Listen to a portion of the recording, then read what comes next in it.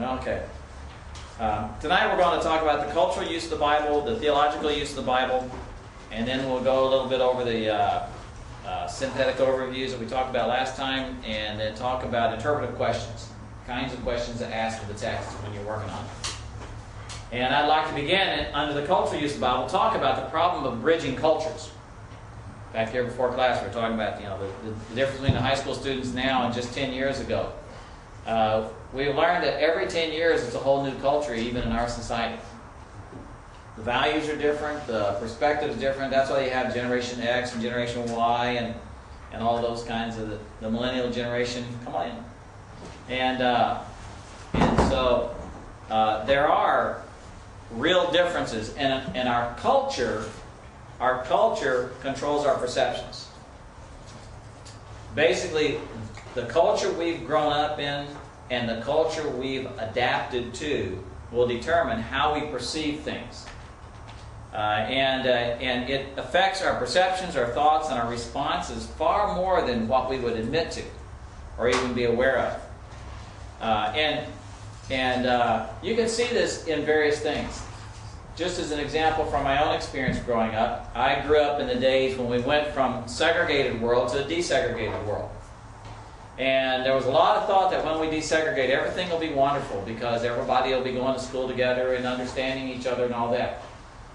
But what I found had happened in some areas is that where whites had this almost idealized racist view of blacks, but they didn't really feel antagonism for them. They were sort of over there somewhere. When they began to go to school together and rub elbows together, they went from this theoretical dislike to an actual dislike. And same thing with many blacks who had a theoretical dislike of whites, but then when they started dealing with them, they really came to despise them. Well, why was that? Because the American black culture and the American white culture are two very distinct cultures. Back here in Oregon, we see that same phenomenon happening now with the Russian congregations and Russian groups, communities who've immigrated here, because they have a whole different value system from the typical white Anglo family. Same thing, the Hispanics coming in. They have a whole different value system. And so what's important to them is not important to us. And vice versa. And that has to do with our cultures. What happened with the desegregation of the 60s and 70s is instead of improving race relations, it harmed them for a time. I think it has begun to improve now. There's been long enough, we've had enough generations. Again, every 10 years, we've had enough decades of true integration that more and more it's becoming less and less of an issue. I think it still is in some areas, but less and less so. Now we have, for example, we have someone like Condoleezza Rice, that very few of us think of her as a black woman. She's so respected. And in fact, she has bridged the culture gaps to where she's very comfortable in just about any culture. In fact, we sent her over to France, if you remember, a while back, and the French don't like us, and they fell in love with her. Why? She got there and she spoke fluent French for one thing, and she understood them. And she could communicate in their world. Very effective as a result. Same thing, of course, her specialty is Russian. And she understands what's going on in Russia right now and all that. And so she's able to bridge those cultural gaps. Well, we have those same challenges when studying the Bible. First of all, let's talk about what culture is again. The classic definition of culture is it's the unique ways a given group of people view and do things in a particular period of time. And this includes values, manners, morals, expressions, accomplishments, those kinds of things. The culture that I grew up in values accomplishment.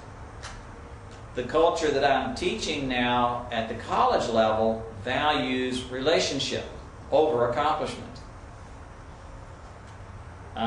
My culture, if someone couldn't read or write effectively, they had no business being in charge. So one time I had an academic dean who couldn't put a sentence together. Do you think she was respected? No. Because in our group, that is a major value. Competency. But for other groups, it's no big deal. Because if it has good relational skills, who cares about that? See, so your culture does determine those kinds of things. But also, examples of what becomes important to a culture is there are certain cultures where it's considered good to belch at meals, like in Turkey. Whereas here it's considered crude. All kinds of those unique features that really affect how we function and operate. And culture includes what people think, and what they believe, and what they say, and what they do. All those are the foundational elements. American culture, for example, is as one of its subcategories or foundations, presuppositions, is a scientific, mechanistic, naturalistic worldview. That's a part of our culture. So even though I, as an evangelical Christian, has grown up in a Bible-based world, I was trained throughout my education from that worldview. And as a science major in college, then that was the worldview that was being presented to me, even by Christian professors at times. Now, not all of mine were because I went to a state school, but some of them were. And so all these things underlie the way we think. Now, here's the challenge we have. The Bible and its authors lived in a specific culture with a specific worldview that's very different from ours. Very different from ours. Now, liberal scholarship and a lot of post-evangelical scholarship and neo-orthodox scholarship views the Bible as culturally bound. And so, in fact, they see it as a product of the religious and social environment out of which it arose. That it's really just a reflection of the values of the culture at the time that it was written. Now, some evangelical scholars have adopted this concept. And so they will look at the Bible as speaking to its day, but not especially to ours. Especially if what it says is inconvenient for us, or doesn't meet with the approval of our culture in our times. I appreciate what Kaiser says in one of his books, where he says, the very fact that the Bible was written in a particular time to a particular people by a particular writer for a particular situation was not meant to remove the Bible from its general usefulness for future generations, but to make it all the more down to earth in its general appeal. So even though it reflects a culture, a world, a group of people, it's addressed to a group of people, that doesn't invalidate its value. Now, how do we deal, though, with cultural elements within the Bible as we're studying it? And there are lots of them. I mean, you've got the sacrificial system that you're dealing with. In the Old Testament, you've got polygamy you're dealing with. You've got a lot of different things like that. You're dealing with a society that like to go out every spring and kill each other in battle, hand-to-hand combat. And dying for your king was a wonderful thing. You've got a whole different set of values. So how do we deal with these? Well, Kaiser gives us two propositions. One is that cultural allusions need to be understood.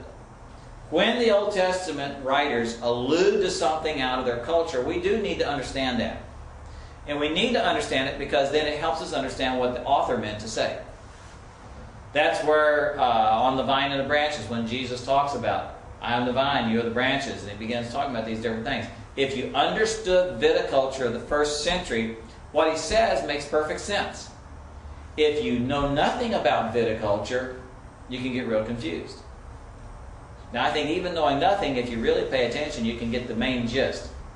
But a lot of confusions come because people do not know how grapes were grown. I mean, it's as simple as that.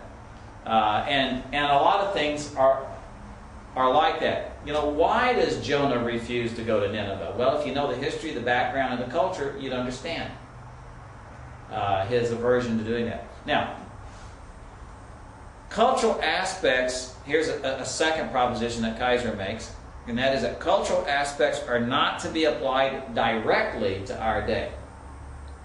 When you find something that is a cultural element in the Bible, it may not have a direct application to us. Now, when we talk about cultural aspects, we're talking about values and associations, meanings that may not have a direct transfer of meaning in our society. Now, he gives some examples. For example, washing one another's feet.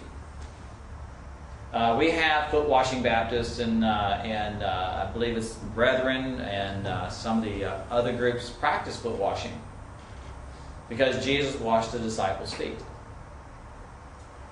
But what he did was a very culturally based thing. But the point he was making was not we need to wash each other's feet.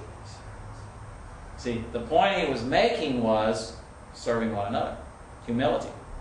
And his point was loving one another by serving each other and doing those things that are not especially glorious. So, in fact, when he says, I've given you an example to follow, the example wasn't the washing of the feet. The example was the loving them by serving them. And in fact, that's what he keeps saying, love one another, love one another, love one another. Another example would be greeting one another with a holy kiss. In our society, men don't kiss men because of the homosexual issues. Now, in the society that Paul wrote this, men didn't kiss women, not in public. Men kissed men, women kissed women, and they didn't touch each other if it was of the opposite sex. A husband didn't even kiss his wife in public. In fact, a husband wouldn't hold hands with his wife in public in their society. There wasn't any kind of sexual stuff supposed to be going on. And they would view it that way. So the command to greet one another with a holy kiss is not a command for men to run around kissing men. But rather, we have to take that and go, okay, in their culture, that's how you greeted one another. You didn't shake hands. You didn't high five. You kissed. And they do that to this day. In fact, living in Egypt, one of the hardest things to get used to, you see these two burly guys, beards going everywhere, hair going everywhere, they see each other and they start hollering down the street at each other, yelling, and as they get closer, then they just give each other a big juicy kiss on the lips. And I'm talking juicy. But in their world, that was a great greeting. If they'd have walked up and said, "Hi, how you doing?" They're going, "What's wrong with you?" But yet, the real issue is what? How we greet each other. We greet each other in a holy manner. The thing that struck me is when I was in college, the way I greeted my friends was I usually insulted them. Some kind of snide comment. Like, "Hey, ugly, how you doing?" Well, that's not a holy greeting. That's not an edifying greeting. And that was what the real command should be. Now, should women pray to God with their heads uncovered in church? There's a good question. Some say yes, some say no. See, that's the question. Is that command culturally based or is it transcultural? Should women keep silent in church? And what exactly did Paul mean by that? Again, is it linked to a specific situation? Because, in fact, there's the interesting thing. He has that command in just a few verses earlier. He said women can pray and prophesy in church. So obviously, keeping silent does, somehow can't include praying and prophesying. So what are we supposed to do with this? Well, we need to understand what he's talking about. Should everybody submit to the governing authorities? Romans 13:1. Or is there a time for us to rebel? And should we only submit if it's a righteous government? Uh-oh. But when Paul was telling them to do that, it was the Roman government. They were anything but righteous. In fact, they were killing the Christians. So, how do we make that work? Is long hair a disgrace to a man? Paul says so in 1 Corinthians chapter 11. And then the question comes, what is long hair? Because in fact, Jesus' hair would have been down to his shoulders, but no longer than that. That would be considered long hair. But if he cut it shorter than that, that would be considered too much like the Romans. This is a Roman haircut style. And no good Jew would have his hair cut this short. So what is long hair? What does Jesus mean when he says, put your sword back in its place? Some people take that to be pacifism. Or how about the idea in Psalms 15 of lending money without usury? They considered it usury if you charge 1% in the Old Testament days. Ooh, man. Or how about when Paul says, I wish all men were as I am, 1 Corinthians chapter 7, and he says, I ain't married, I wish everybody wasn't married. Is that a command? Is that something we should be pursuing? All depends on if we're mad at our wife that day or not. But, or our husband. And no. But Kaiser's point is this. The problem is in distinguishing that which is universal, that is of an enduring quality, and that which is temporal, and was really linked to their world. Now, when you have that, then you have to begin asking the question, what principle is behind that command? Because the principle will still apply. And the command may be expressed differently. Again, in our case, instead of greeting each other with a kiss, now if you're in the South, women can greet women with a kiss. That's okay too. They kiss on the cheeks.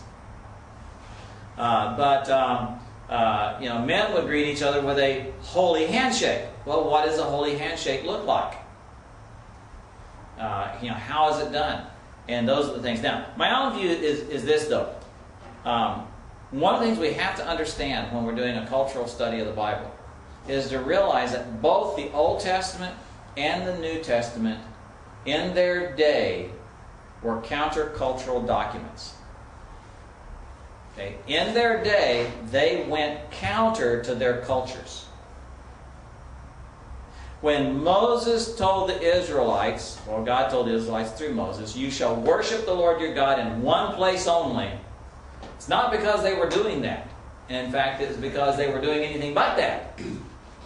And when he said you cannot sacrifice to the goat demons out in the desert, it's not because they hadn't been doing it. It's because they had been doing it the whole time they were in the wilderness. And so when he told them you cannot take a woman and her daughter in marriage, you can bet there were people who had been doing that. Or when the command was given, you cannot marry two sisters and make them rivals. Well, Jacob did that. See, the things they were commanded not to do and the things they were commanded to do in the Old Testament law was not describing their lifestyle. It was prescribing their lifestyle. Because their lifestyle was very different. Same thing in the New Testament. When Paul writes to New Testament churches and says, don't steal, you can bet it's because there were members of the church who were thieves. Why? Because in their world, with the kind of poverty they had, if you had a chance to snitch something, you grabbed it. Stealing was just a matter of life. That's one of the challenges, again, that you have with people coming out of, let's say, a communist world where lying and cheating and stealing is the way you survive. Well, what do they do when they arrive here? Same thing. Why? Because that has become a part of their value system, even amongst Christians. And so you have to retrain the way they think to realize, hey, there's a biblical value. I found working with college students who are coming out of Christian homes and Christian high schools. They grew up in Christian schools, all this kind of stuff. They still are clueless in terms of biblical values. And in fact, often they reflect the typical worldliness of the rest of the world. A postmodern view of truth and reality. And if I can get away with it, it's okay. Unless I'm caught, it's not wrong. I mean, that's a part of the mindset. And so that's one of our challenges, is to realize that a biblical worldview was counter to its culture in its day. And so here's what I would propose. Anytime biblical commands run counter to the culture of our day, the Bible trumps our culture. Now, if we live that way, our lifestyle will be different from the world around us. It'll be different how we spend our time. It'll be different what we watch, what we read. I found that it has forced me to give up certain things. For example, one of my most favorite bands in all my life that I would put on a par with the Beatles anytime is Led Zeppelin. Loved Led Zeppelin. But I can't listen to them anymore. Why? Because they declared their loyalty to Satan. Now, maybe they just did it for a publicity stunt. I don't know. But whatever they did, they made it clear. And as a result, as a Christian committed and loyal to my God, I will not in any way support a group of people who are at enmity with them. Now, I'll listen to other bands that have not made that statement, that are hard rock bands and that kind of stuff. You know, like I love Fleetwood Mac. Even though they have a witch in the band. What's her name? One of the gals. One of the short one of the two singers. She was Stevie Nicks claims, at least at one time, claimed to be a witch. I don't know if she still does or not. But there was no, one of these Wiccan kind of things. There was no declared. It was not like some of these other bands that, like Black Sabbath, who was clearly wanting to be satanic. You don't associate with those. So there are certain things that I cut out because of my biblical worldview, and I say because of their position, they're not. It's not worth being a part of. There's a lot of television shows I won't watch because of the values that they portray, and all that. So it does affect the way that I live my life. It affects the way I drive my car. It affects the way I wear clothes. It affects the way that I talk orally, verbally, my choice of words, and all that.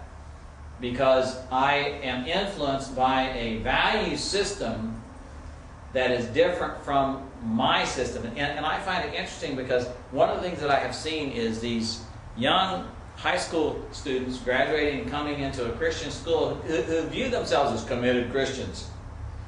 The potty language that comes out of their mouth, the vulgarity of their language is striking. And they're completely unaware of it. Many of them, use God's name as an accent mark in a way that is basically cursing. And they're completely blind to it.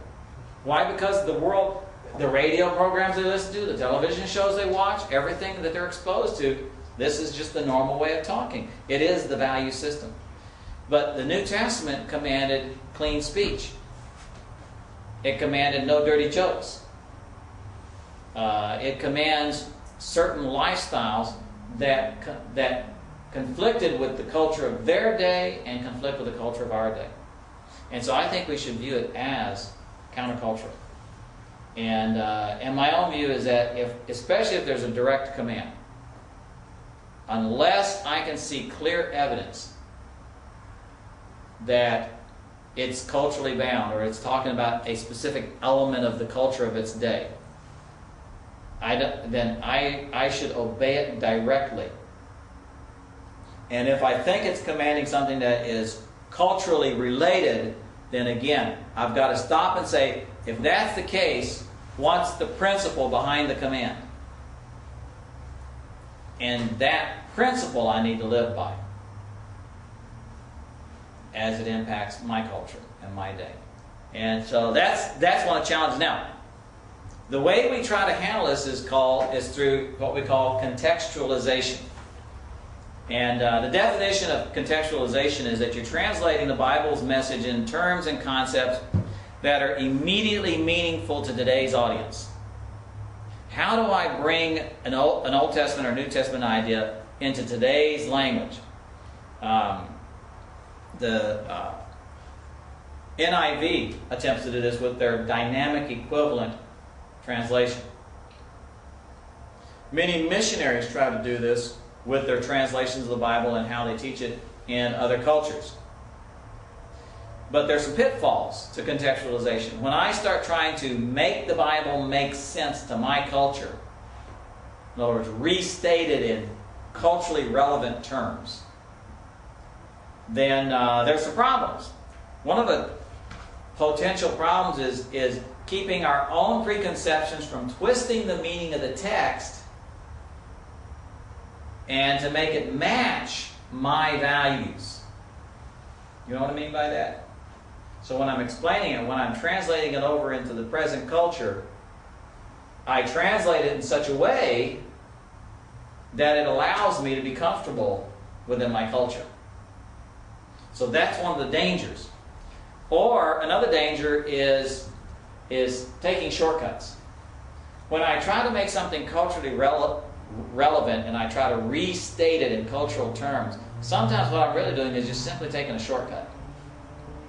Rather than going through the challenge of the God-chosen biblical imagery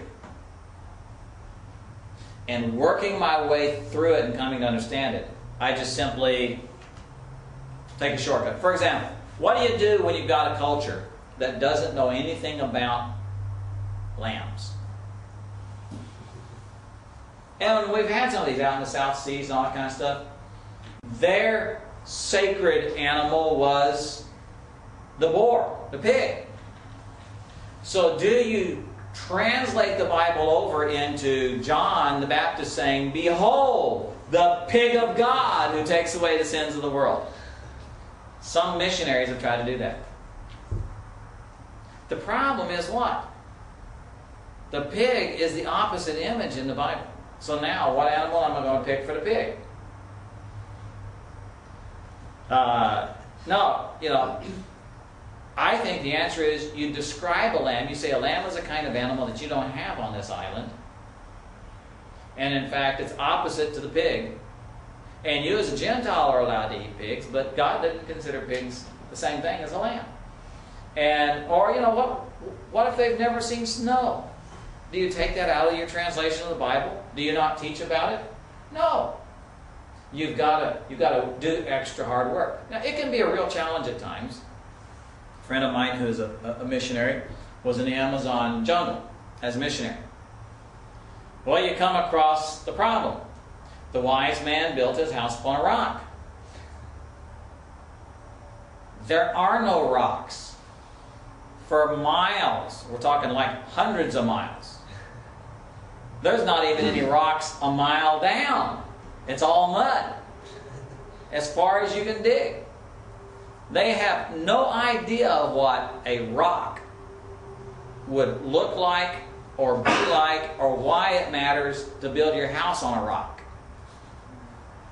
So now, how do you bridge the culture? Well, what he did was, he said, well, it's like this.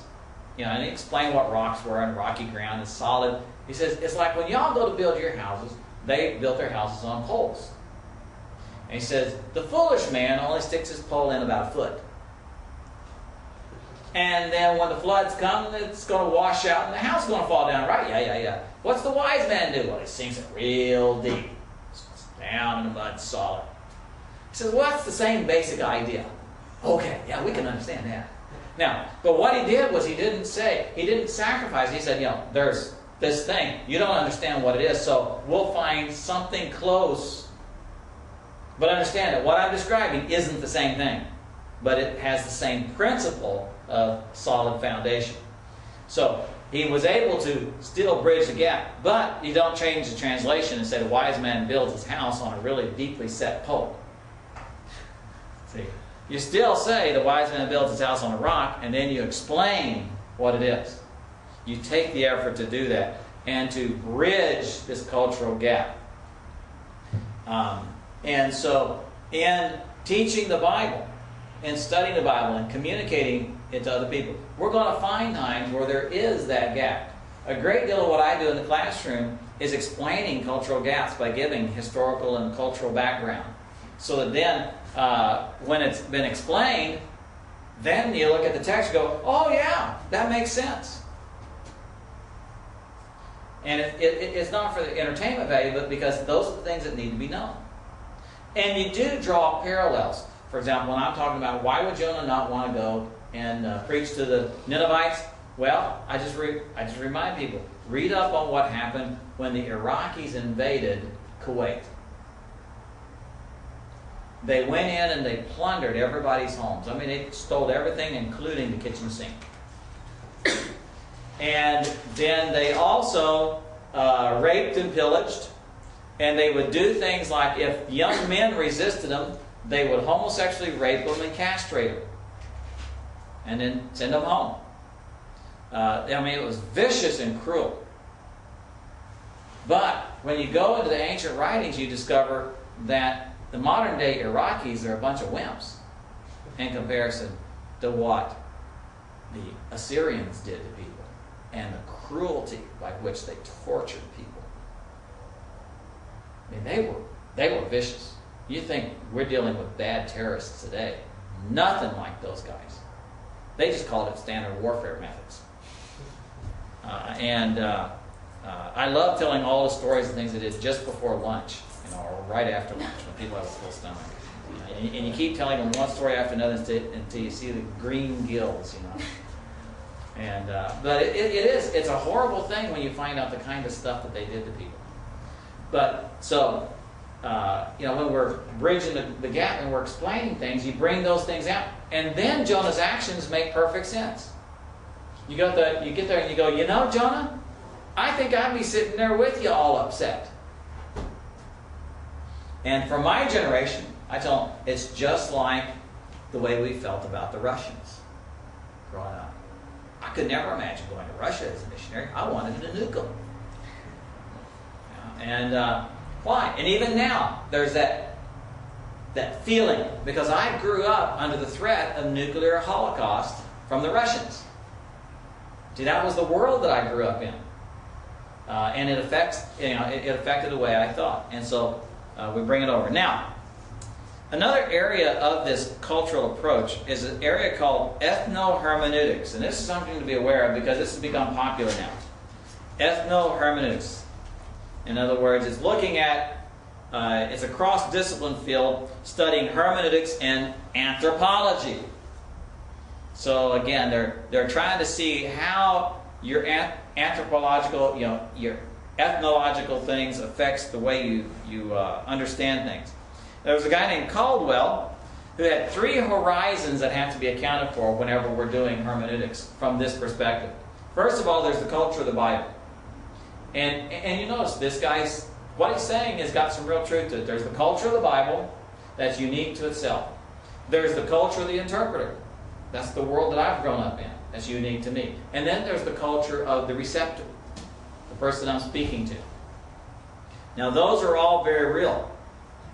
But what happened is, in ethno-hermeneutics, they say that as long as you make it culturally relative,